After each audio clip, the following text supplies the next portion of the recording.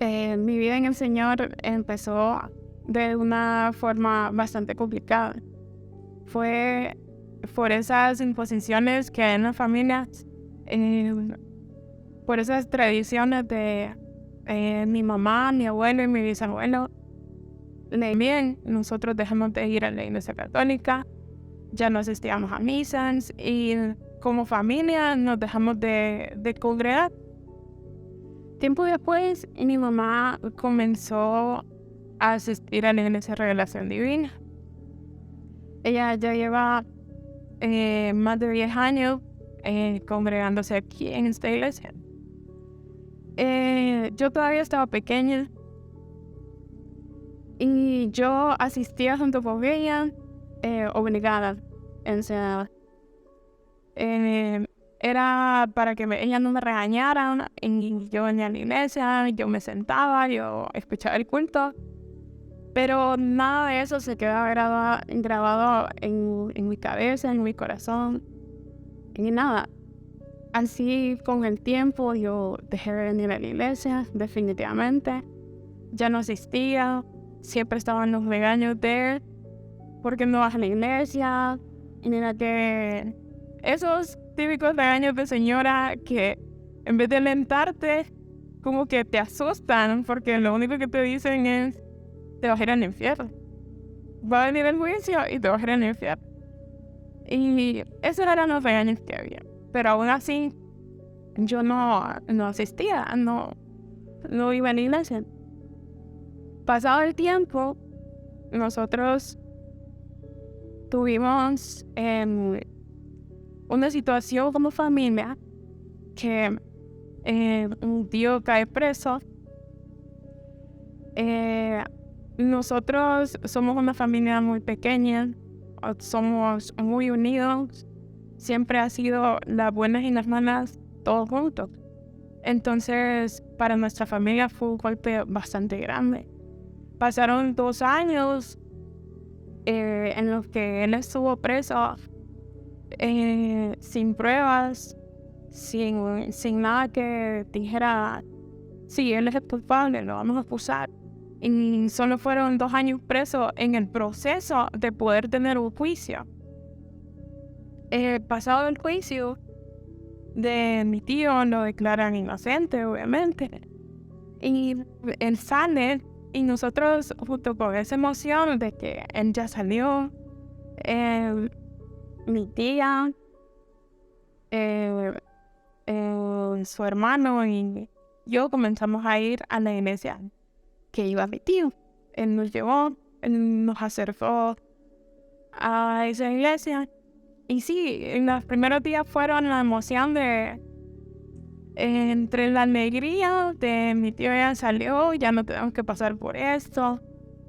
Yo sí iba a los cultos encantada, yo ponía atención, yo me aprendía las alabanzas, pero con el tiempo todo se fue apagando. Fue una emoción muy corta, la verdad, que duró semanas, tal vez un mes, y todo se volvió a apagar de nuevo.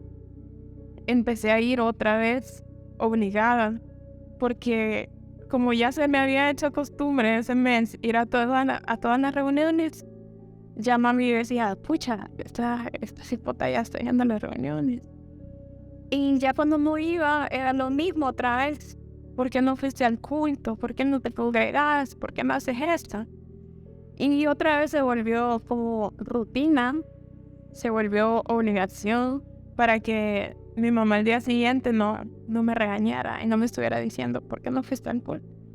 Y eso era todo lo que yo iba a estar en la iglesia.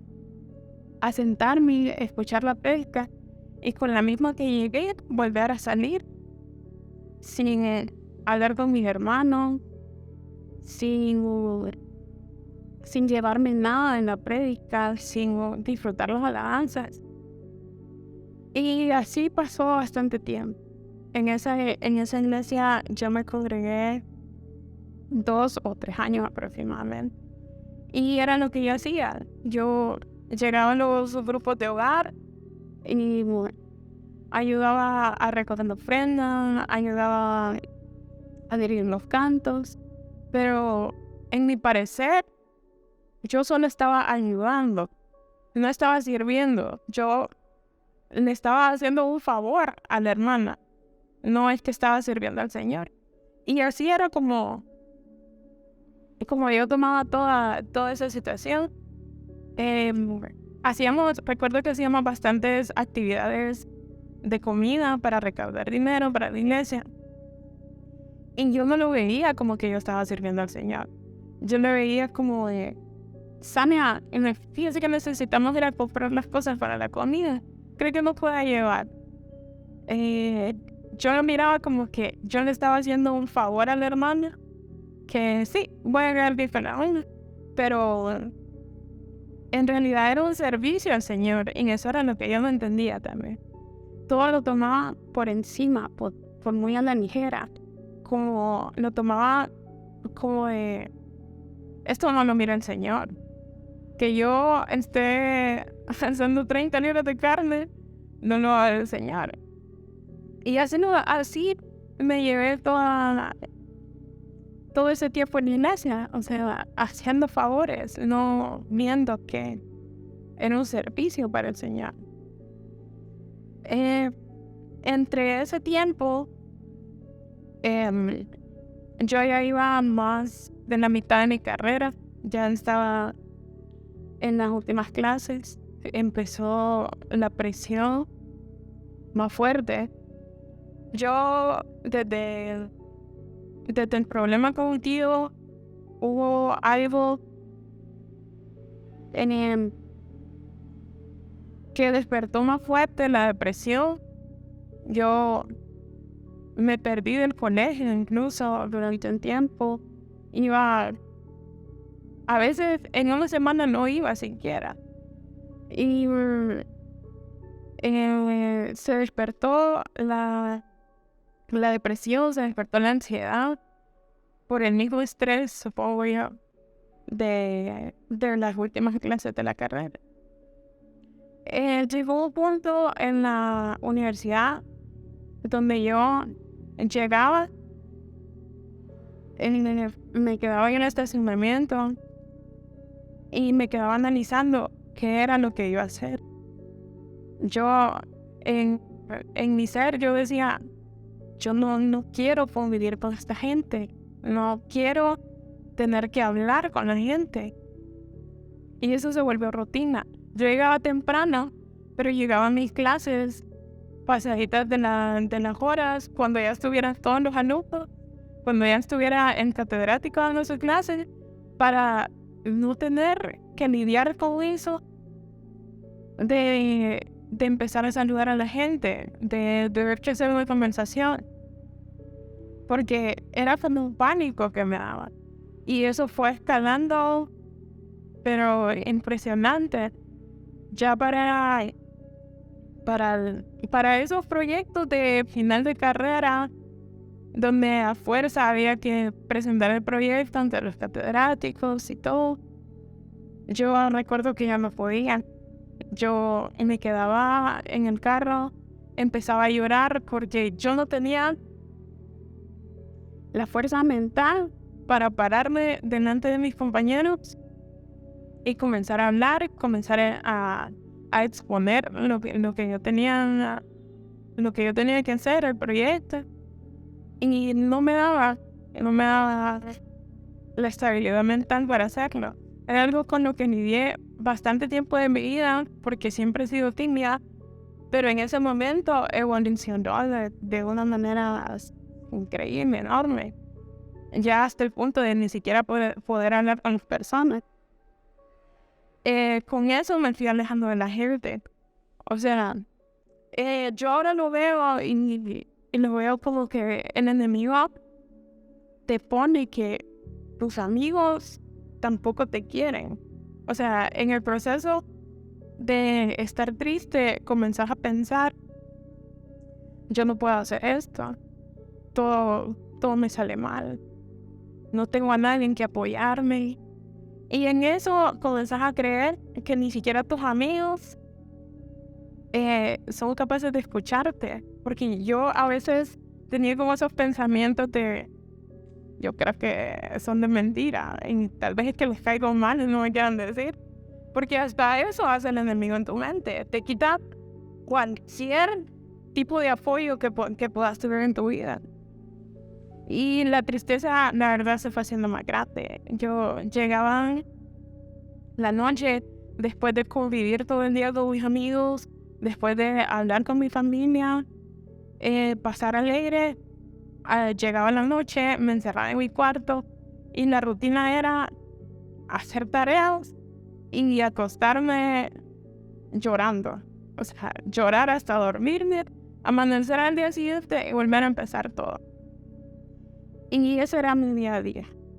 La verdad, la depresión llegó a un punto bastante grande, donde yo mi tiempo libre lo pasaba en mi cuarto.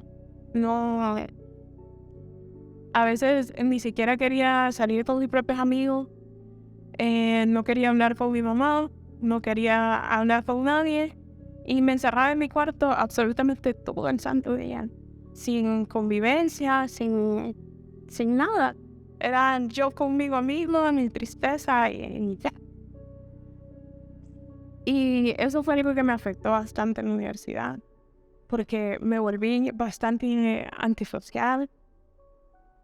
Me acuerdo que mis compañeros siempre me pedían ayuda y yo hacía todo el esfuerzo posible. O sea, recaudaba como toda esa fuerza emocional para tener que estar 1 o 2 horas explicándole a varias gente, tal vez alguna clase, y eso me dejaba pero agotadísimo. Y pues llegó a un punto donde yo recuerdo que hablaba con amigos de otro país y yo le decía, verás que yo me siento vacía. Yo siento que hay algo que yo no estoy haciendo, pero yo en mi cabeza lo veía como que era algo del mundo, como que tal vez debía hacer algún deporte, tal vez debía, no sé, empezar a pintar, empezar a dibujar, o tener algún hobby, que era por eso que yo me sentía vacía. Y yo recuerdo haberle dicho, nunca se me van a olvidar esas palabras, que yo le dije, yo me siento vacía. Yo siento que hay algo que yo no estoy haciendo. Y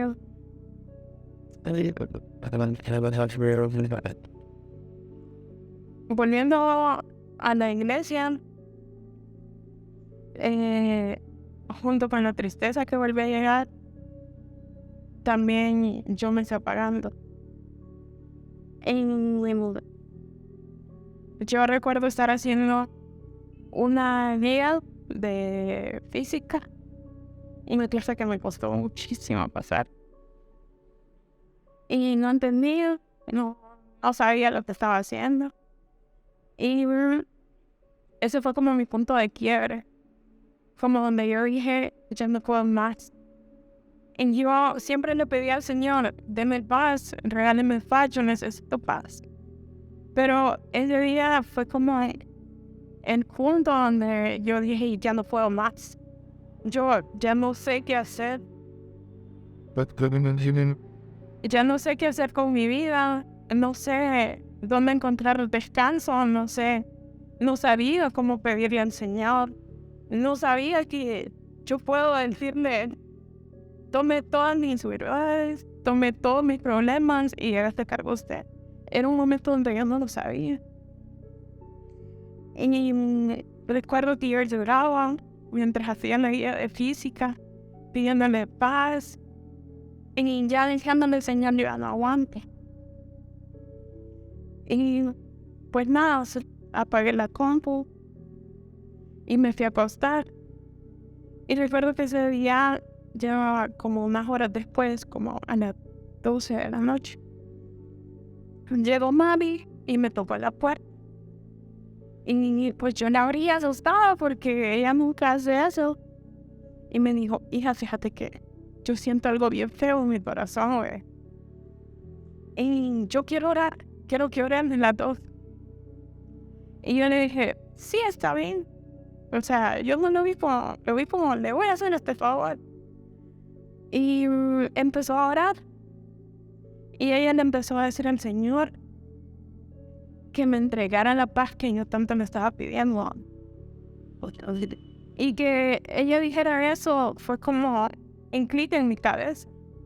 Porque yo entendí que aunque yo me congregaba en esta iglesia, yo servía en algunas cositas, yo asistía a los discipulados, y aunque no me llevó a nada de todo eso, yo entendí que el Señor aún así me escuchaba. Y mandaba a personas como para reafirmarme que Él puede, que Él está presente, que Él también lo escucha. Y yo recuerdo que yo comencé a llorar porque fue como un clic en la cabeza de decir, pucha, de verdad él sí puede hacer algo. Y ese fue como uno de los primeros cambios en mi vida. Yo empecé otra vez a ir a la iglesia con más ánimo. O sea, como que había ese avivamiento, como de querer cambiar,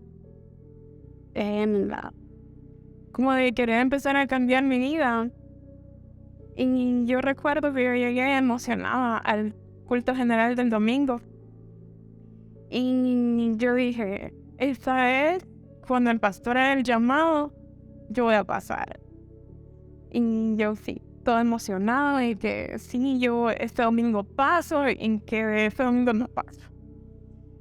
Y recuerdo, durante todo ese tiempo que yo estuve en esa iglesia, yo no recuerdo ni un solo día donde el pastor no hiciera el llamado en los cultos generales. Y ese domingo él no lo hizo. Y yo estaba como ansiosa esperando ese momento. Y recuerdo que terminó el culto, él oró, y no hizo el llamado.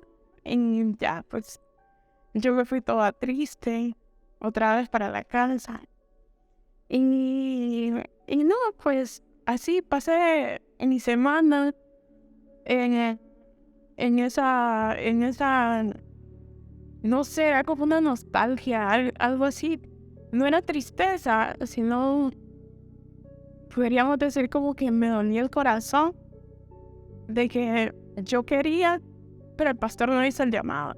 Y tampoco, yo era tan tímida que tampoco quería pasar, o sea, buscarlo y decirle, pastor, fíjate que yo quiero aceptar. Entonces, así pasé mi semana hasta que llegó el viernes. Y nosotros estábamos esperando una clase con mis amigos. Y yo vi a una muchacha que fue compañera mía en ciclo común. Y pues yo la fui a saludar. Yo con ella no éramos amigas, ni mucho menos. Platicábamos cuando nos encontrábamos de cosas triviales, de, ¿cómo estás? Sí, todo bien. Y eso era todo. Y yo me acuerdo que yo me fui para donde, yo no sé qué, pero yo sentí de irme a platicar con ella. Y me fui para una banca alejada, estaba ella sola, estaba solo con su amiga, pero su amiga estaba como súper alejada, estudiando. Entonces prácticamente solo estaba ella. Y yo me fui y me puse a platicar. Y ella como que vio que algo me pasaba. Y yo le empecé a contar yo la triste historia de que yo quería aceptar, pero el pastor no hizo el llamado. Y ella me empezó a consolar. Y me dijo, amigo, pero si vos querés, podemos hacer la oración ahorita. Y entre dudas, entre inseguridades, entre que el enemigo te dice, no, ya se te pasó la oportunidad, Eh, yo le dije que sí sin pensar. Le dije que sí sin pensar y pues sí, hicimos la oración y recuerdo que acepté al Señor en la banca más alejada de la universidad, un 16 de noviembre. Y desde ahí empezó como todo ese cambio. Y estaba bastante emocionada por ver qué es lo que iba a pasar. Pero en ese momento llegó la pandemia y todo cerraron las iglesias y con eso cerraron la iglesia donde yo me congregaba. Y otra vez todo se vuelve a apagar, porque yo dejé de buscar al Señor, dejé de adorar, dejé de orar, y todo volvió prácticamente donde estaba antes. Todo el avance que había habido en mi vida se vuelve a estancar, incluso se fue para atrás otra vez. Volvió esa tristeza, volvió esa ansiedad, volvieron esos pensamientos ridículos que a veces tiene uno en esas situaciones. Pero ese tiempo encerrados, estuvo mami, que era la que me hablaba del Señor, que en cualquier plática me decía, hija, mira que tal y tal cosa, mira que en la Biblia dice esto, en la Biblia dice lo otro. Y creo que eso fue como lo que más me sostuvo durante ese tiempo. Ya cuando ya avanzó lo de la pandemia, pues abrieron primero aquí la iglesia Revelación Divina, que es la iglesia que yo asistía antes. Y pues yo dije, bueno, pues voy a acompañar a mami a ver qué tal. Y ya mami me dijo, ya van a volver a abrir la iglesia, entonces no sé si quieres que vayamos. Y yo dije, pues por mientras abren la iglesia, yo pues voy a ir a la de ella. Pero yo vine aquí a la iglesia con una actitud de, Señor, usted sabrá. Yo voy a empezar a ir, voy a asistir a los cultos, me voy a congregar, y que se hace voluntad, usted sabrá lo que va a hacer. Y esa fue la actitud con la que yo llegué a esta iglesia.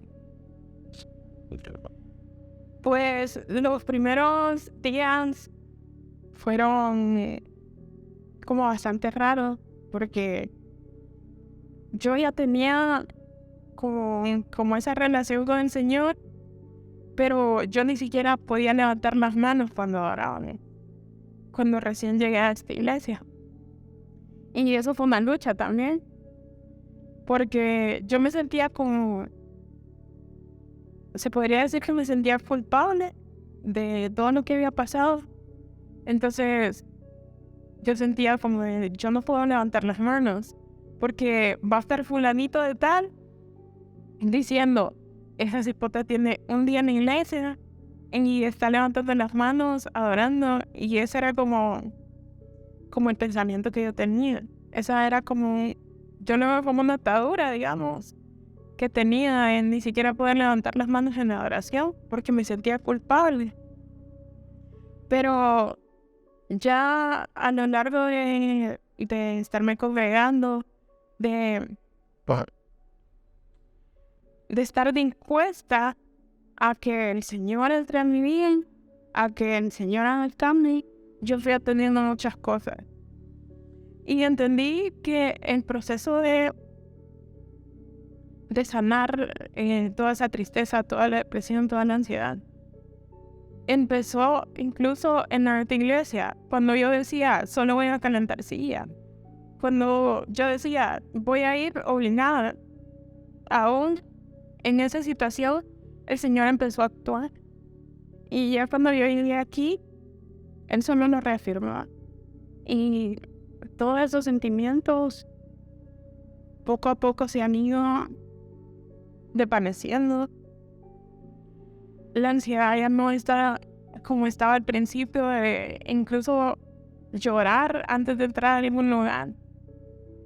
Y el Señor, la verdad, hizo un cambio bastante grande en mi vida.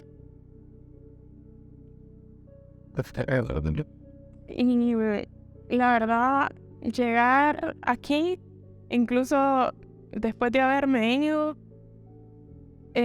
asistir a una iglesia, irme, asistir a otra iglesia, volver, incluso con esa como culpa que yo sentía, el Señor me hizo entender que eso no es lo que importa, que lo que importa es seguir intentando, ¿no? Disponer tu corazón, disponer tu vida y decirle al Señor, aquí estoy, usted sabe qué es lo que hace, usted sabe qué es lo que quiere.